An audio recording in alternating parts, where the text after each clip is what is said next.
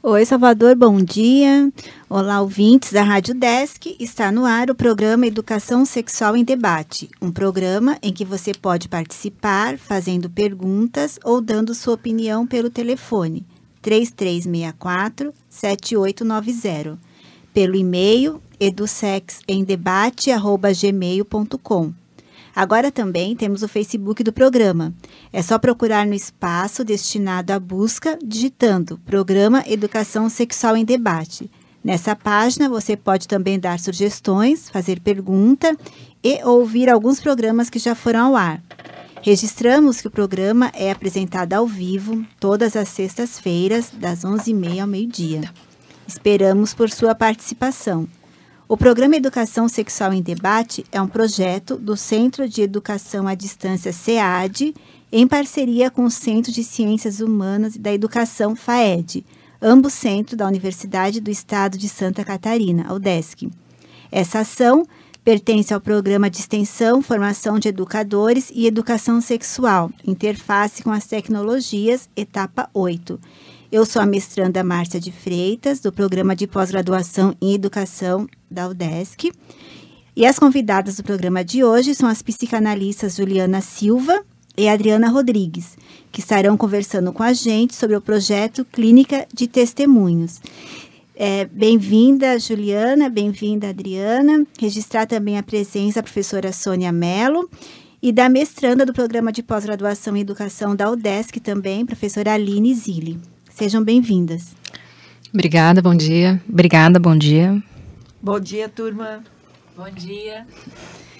Então, quem acompanha o programa Educação Sexual em Debate, ou também pelo Face do programa, nós estamos em uma série de programas que vem debatendo a questão da violência contra o ser humano. O projeto Clínica de Testemunho tem a ver com essa questão também. Vocês poderiam explicar sobre esse projeto para os ouvintes, por gentileza? Então, o projeto Clínicas do Testemunho, ele veio do Ministério da Justiça, né? Mais especificamente a partir da Comissão da Anistia, que compreende o período da Justiça de Transição como esse período necessário entre o golpe civil-militar que tivemos e uma suposta transição ao período democrático, né? Isso inclui uma série de projetos e iniciativas do Estado a fim de reparar as pessoas envolvidas, né? Uma reparação, num primeiro momento, econômica, né? Da Comissão da Anistia, os anistiados políticos, e, num segundo momento, uma atenção maior à reparação moral e psíquica. Neste segundo momento, então, da reparação moral e psíquica, que se insere a proposta do projeto Clínicas do Testemunho, que a Comissão da Anistia, via edital público, convoca as instituições de psicanálise ou as instituições de psicologia em geral a pensar em um projeto que poderia dar conta dessa reparação psíquica dos crimes, né, relacionados à época da ditadura. Então, é mais ou menos por aí, assim, que surge. E qual o objetivo principal do projeto aqui em Santa Catarina?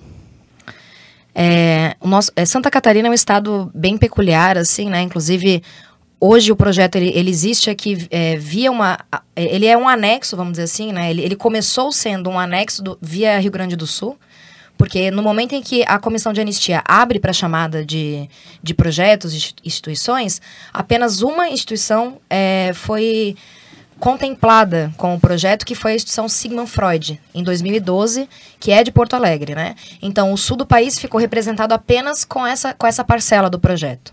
Ocorre que, em 2014, a pedido de uma das pessoas da Comissão da Anistia, que também está aqui em Florianópolis, pensou-se, né? Bom, e em Santa Catarina, como é que isso acontece? Isso também aconteceu aqui?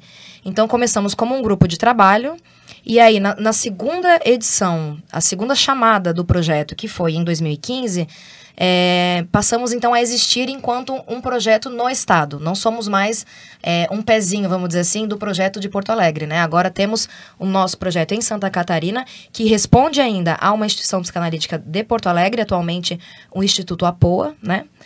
E em Santa Catarina, o nosso trabalho ele é um pouco diferente do que nas outras localidades do país, porque pouco se fala em Santa Catarina sobre a ditadura, sobre os crimes que aconteceram aqui, pouco se fala da militância, né? Temos características muito diferentes, por exemplo, em Porto Alegre, em que essa questão política está colocada na cidade, né?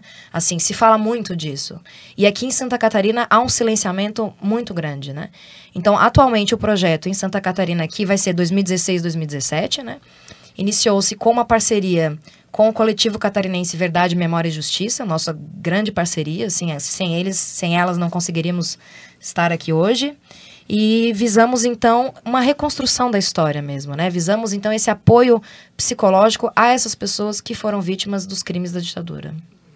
E acho que é importante dizer que o coletivo Memória, Verdade e Justiça, ele é composto por pessoas, homens e mulheres que foram vítimas da violência de Estado na época da ditadura militar, né? Então são catarinenses que viveram essa história, viveram isso na pele, no corpo, literalmente, e que se reúnem hoje como uma forma de elaborar a violência sofrida nesse período, né?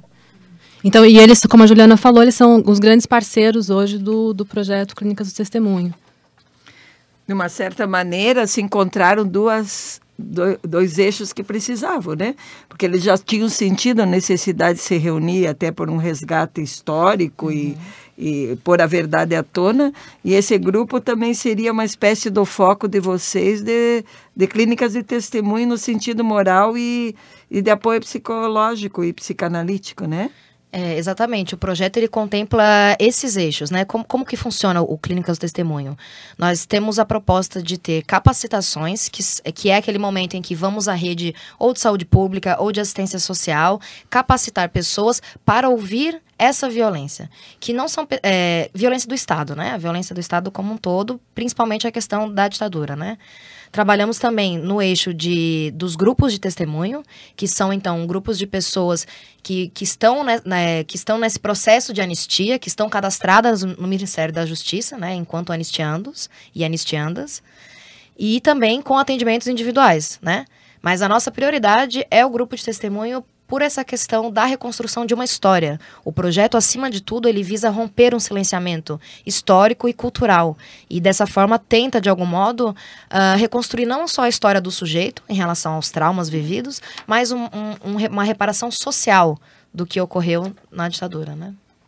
E sobre esse tema, sobre essa reparação social e sobre esses espaços públicos de testemunho, a gente tem várias iniciativas importantes do ponto de vista da psicanálise, inclusive na Argentina, né? Porque desde o período... A Argentina teve uma outra forma de lidar com a violência de Estado na sua ditadura, né? E desde o princípio se teve uma iniciativa de se dar visibilidade a esse sofrimento que havia ocorrido. E os psicanalistas ajudaram muito nesse processo. Então tem uma psicanalista importante lá, que é a Diana Cordon, e que ela relata o trabalho que foi realizado com as mães da Praça de Maio, né, em que foi necessário dar visibilidade, e não só visibilidade na sociedade, mas uma nomeação do que estava acontecendo. Então elas faziam e fazem até hoje, né, em um determinado dia da semana, uma marcha em frente à casa, né, a Casa Rosada, e com as fotos dos desaparecidos políticos, com as fotos das crianças desaparecidas, como uma forma de nomear e de responsabilizar o Estado, né, por essa violência. Como consequência, é uma forma de elaboração dessa violência, né, porque do trauma vivido, né, para que isso não fique reverberando no próprio sujeito e para que isso possa ser devolvido a quem de direito, né? E ao mesmo tempo serve de memória, né? Para lembrar que o que não se tem como memória pode se repetir como tragédia. Exatamente. Como tem acontecido, né? Inclusive lá na praça tem no chão assim o desenho hoje onde elas circulam, né? E tem produzido inclusive frutos gratificantes, que é o resgate das crianças. Então tudo isso brota desse Clínicas de Testemunho, ajuda um monte, né? Ainda sobre essa questão da construção de memórias, que também é um dos objetivos do projeto, né? A gente trabalha com um eixo chamado grupo temático, são os grupos temáticos, que ele tem, a gente elege um tema escolhido pelo grupo, pelos participantes, e ao final desse grupo há uma produção. seja ela audiovisual, seja a produção de um livro, seja a produção de algum material, né? E também o projeto ele tem esse eixo dos insumos, de produzir, de deixar um legado do que aprendemos, de como pensar essa questão, né? E então, reconstruindo essa memória, sempre pensando a questão do sujeito, mas também a questão da sociedade, né? Para que não se repita, basicamente essa é a questão. Que o povo se fortaleça a partir do conhecimento da verdade para evitar realmente que interromper o ciclo da violência, seja de onde vier, né? Exatamente. E isso já está em Freud, né? Porque o Freud, um dos princípios importantes da psicanálise é justamente de que é necessário elaborar para não mais repetir, né? Então é preciso que a gente entenda esses espaços públicos, não só os públicos e os individuais também, né? Como atendimento individual, mas os espaços públicos de testemunho e de eventos que discutam o período da ditadura militar no Brasil, como espaços de elaboração para que a gente não volte a repetir o mesmo erro, né? Para que a gente não volte. Exatamente, porque a gente sabe muito bem que tem a história também, tem um ciclo e que a gente não está livre de que isso venha acontecer novamente, né? Então, como vocês já nos adiantaram, o projeto foi concedido a uma associação psicanalítica de Porto Alegre. Qual a importância do projeto dessa integração? Algumas mudanças aconteceram desde a primeira versão do projeto, né? Conforme eu falei, em 2012 era a instituição Sigmund Freud de Porto Alegre que sediou este projeto, né? E tiveram ali esse primeiro momento de aprendizado, essa primeira circulação do projeto na sociedade, e que foi uma experiência muito rica, muito rica do ponto de vista não só político, mas também da própria psicanálise, do desafio de pensar a psicanálise na cidade, com as questões contemporâneas, né? E aí, em 2014, por uma questão burocrática mesmo, mudou-se então a instituição, buscamos um edital através da Associação Psicanalítica de Porto Alegre, chamada APOA, e fizemos essa parceria com Florianópolis, porque aqui a nossa responsável técnica, Marilena Deschamps, psicanalista também, faz parte da Sigmund Freud, né? Hoje trabalhamos, então, grupos integrados, exatamente.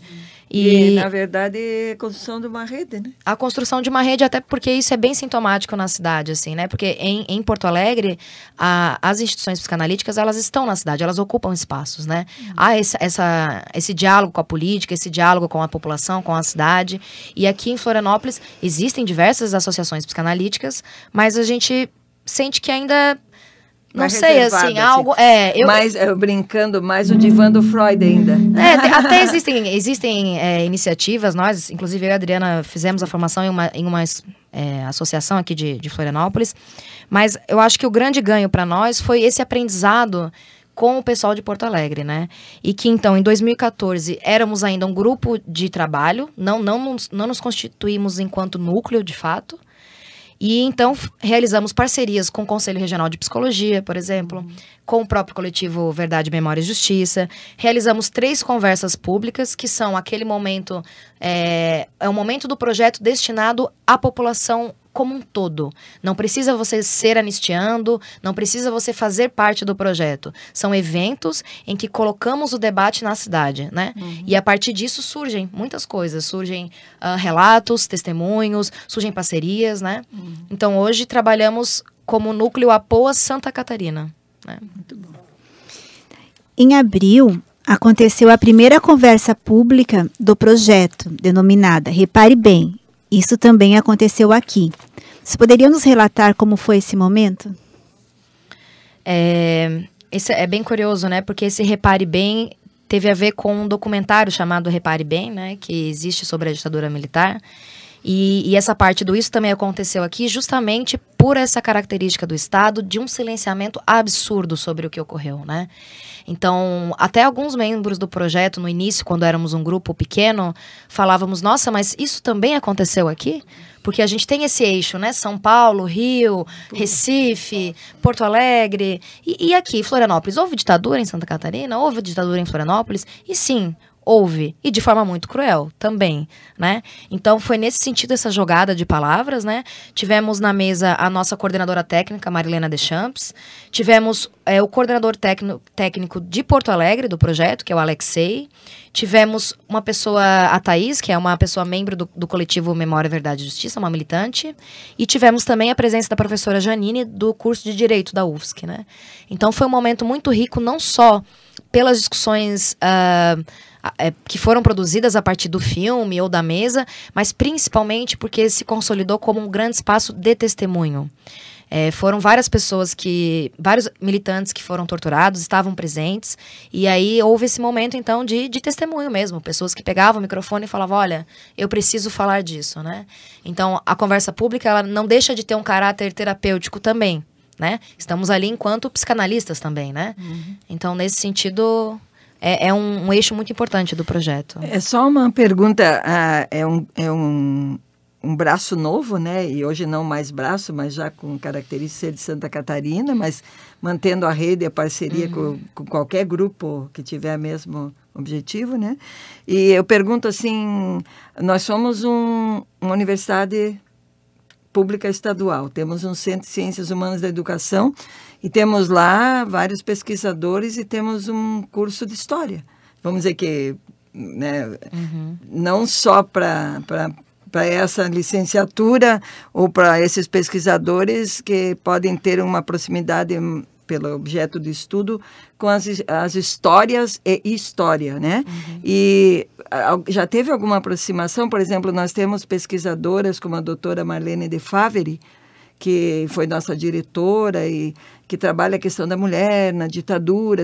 Ainda o coletivo é novo, não pensou ainda numa aproximação com o Centro de Ciências Humanas e de Educação, porque lá nós formamos os historiadores, os bacharéis e licenciados, que também tem uma função importante no estimular o não desconhecimento, né? É uma sugestão que talvez a gente possa fazer, a gente lembrar de dar o contato de vocês e vice-versa da doutora Marlene, talvez possa nascer também para próximos eventos dessa conversa pública, talvez um membro da FAED ir para a mesa dizer o que fazemos na educação em relação a isso, né?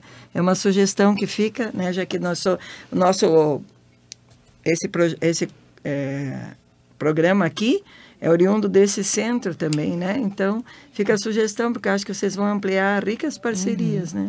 Então, a nossa sugestão, já nos disponibilizamos de fazer contato com a doutora Marlene, a doutora Gláucia, que uso, e nas pesquisas tem muita interface com a questão da violência, e da Marlene, que eu lembro, muito próximo da questão de violência, relação à ditadura e tal.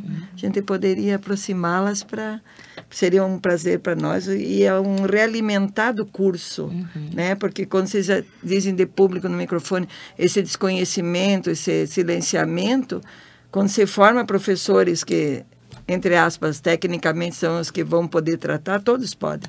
Seria interessante aproximá-los, né? Sim, nós prometemos fazer isso. E a gente agradece. A ideia justamente agora é ampliar as parcerias, né? Com as universidades, com as instituições, com os interessados, né? E com as pessoas que compreendem a importância desse momento. Também para contribuir, né? Tá. Então, para quem está sintonizando agora na Rádio Desk, estamos com o programa Educação Sexual em Debate. As convidadas do programa de hoje estão conversando com a gente sobre o projeto Clínicas de Testemunho. Como vocês compreendem toda a violência causada pelo Estado na época da ditadura militar? A violência causada na época da ditadura civil-militar tem uma característica importante que foi... A tortura, ela foi instaurada enquanto uma política de Estado, né? Ela foi legitimada pela ditadura, né? Então, assim, não se trata não que exista uma violência qualquer, uma violência banal, mas se trata de uma política estratégica, né?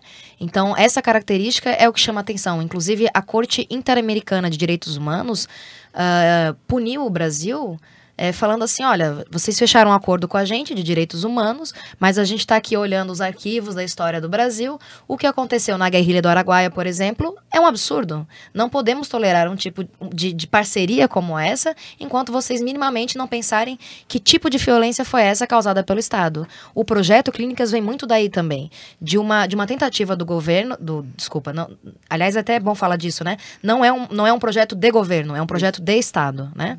Isso é bem importante estar marcado. Então, nesse sentido, a violência, a gente pensa nesses dois âmbitos, né? A violência realizada contra o sujeito, a pessoa mesmo, e a violência da sociedade, a violência no cotidiano, na cultura, e os efeitos disso hoje, inclusive.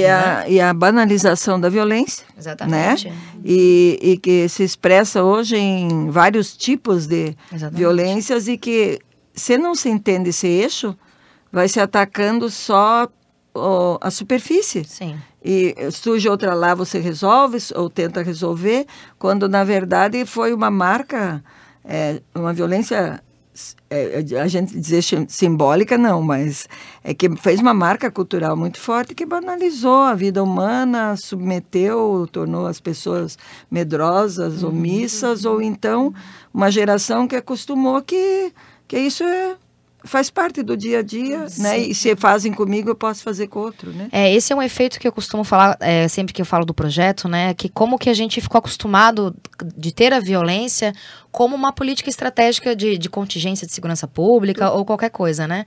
Porque hoje temos os aparatos militares que continuam torturando, que continuam fazendo a violência, né? Não mais só a um determinado grupo político, mas a populações específicas, né? Temos aí, em geral, a população negra, as mulheres, né? E essa questão da violência pega muito no Brasil justamente por essa indiferença que é causada, né? Hoje somos o país, estamos número 1 no ranking de maior assassinato de pessoas transexuais e travestis do mundo, né? E o que fazemos com essa informação, né? Porque é como se passasse cotidianamente. Não sabemos disso, não se fala disso, né? Então há um efeito de silenciamento não só no sujeito. Inclusive, em uma conversa pública em Porto Alegre que fomos, uma pessoa falou assim, olha, depois que eu comecei a fazer o tratamento, que eu fui ver, eu sou tão certinha com o Estado, eu tenho medo de errar alguma coisa no meu imposto de renda, eu entrego todos os recibos, porque eu tenho medo do Estado, né? Então, uma pessoa que, na verdade, foi o pai que foi torturada, mas que ela cresceu com essa história e isso retorna de algum modo, né?